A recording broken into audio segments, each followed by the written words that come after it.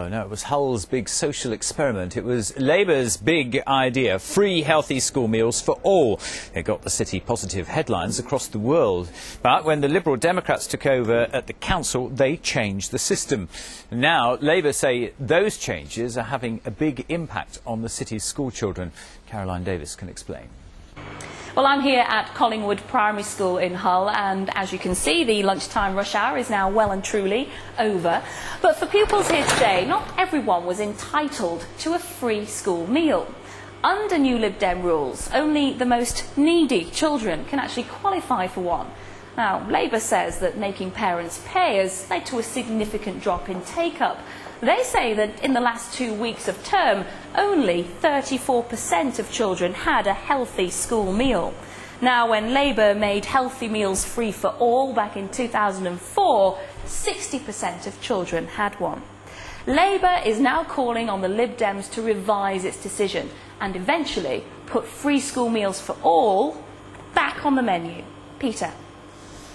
Well, the city's political leaders are locked in a meeting tonight discussing this and other issues. Before it started, I spoke to the leader, Carl Minns, and also the opposition councillor, Darren Hale. I started by asking Councillor Hale what evidence he had that paying for meals is putting people off. The evidence we have, Peter, is the facts and the figures that have come from the City Council for the first 2 weeks of term, which have shown a plummet from 62% take-up of free healthy school meals to 34%, just over a third of children now, which is shocking. Unfortunately, that is the drop that both the university, the drop in take-up is what the university predicted and what we predicted in council. But the council is still providing free school meals for those who deserve them, aren't they? I mean, why should the rest of us pay towards people who can actually afford to buy a school meal? There was always a problem, Peter, in asking those people that did require free school meals to take them up because of stigma, and often it would be those people that are missing out by having not processed the forms to take up the free school meals. Under our system, they didn't have to bother. They were free to everybody at the point of delivery, and there was no stigma.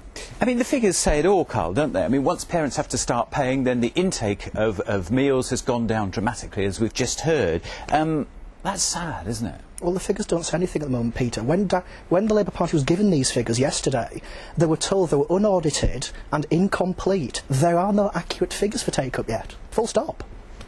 Well, that's not what we're hearing, though, is it? Yes, from Darren. The Labour Party has a history of spinning figures. Look at the Iraq War.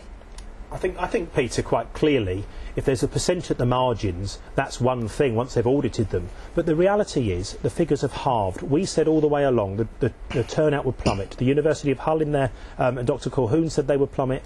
That is what's happening. Okay. And as much as talking of spin, a halving of the take-up of school meals in this city now threatens that service, and that's shocking. Well, Darren keeps repeating this, Peter, but he was told yesterday these figures were incomplete and unaudited. Okay. And taking another issue from the Labour Party press release, they can't even get the price of the meal right. Okay, you've said that once. How much are you actually saving by doing away with the free school meals? Because it's hurting a lot of parents. It's over £1 million that's been saved. And that's part that's been ploughed into extra ingredients, part of that's been ploughed into other services. It's not a lot, is it? Well, I think your views would disagree. £1 million is a lot of money. But what? Yeah. It is, Peter, but seeing as the top 200 managers in this authority are being paid £5 million more than they were 2 years ago, that's clearly, if money can be found for the senior, most well-paid people in this local authority to be paid more, that money could be found for healthy school meals for children. Darren gets those figures off last year's accounts. Last year's accounts, the pay rise was in April 2006. April 2006, Darren, was when you were in charge. You signed off for those pay awards. It's no good squabbling like this. Is this just short-sighted? Is what short-sighted? What you're doing? Well, I don't believe so. If this is such a success, I'll go back to what we've said for 3 years. Well, if this is such a success, Peter, why hasn't the Labour Party rolled this out across the country? Alan Johnson, as soon as he became Health Secretary, has given out free fruit to every pregnant woman. Yet when he was Education Secretary, when he had the chance to put this across the country, he didn't. I think that says everything about the Labour Party's view on this. This isn't about Alan Johnson, this is about choice. We had a policy that was making a difference to the health of the children in primary schools in Hull, and that is now being threatened by short-sightedness. We'll leave it there. Gentlemen, thank you very much indeed. Thank you.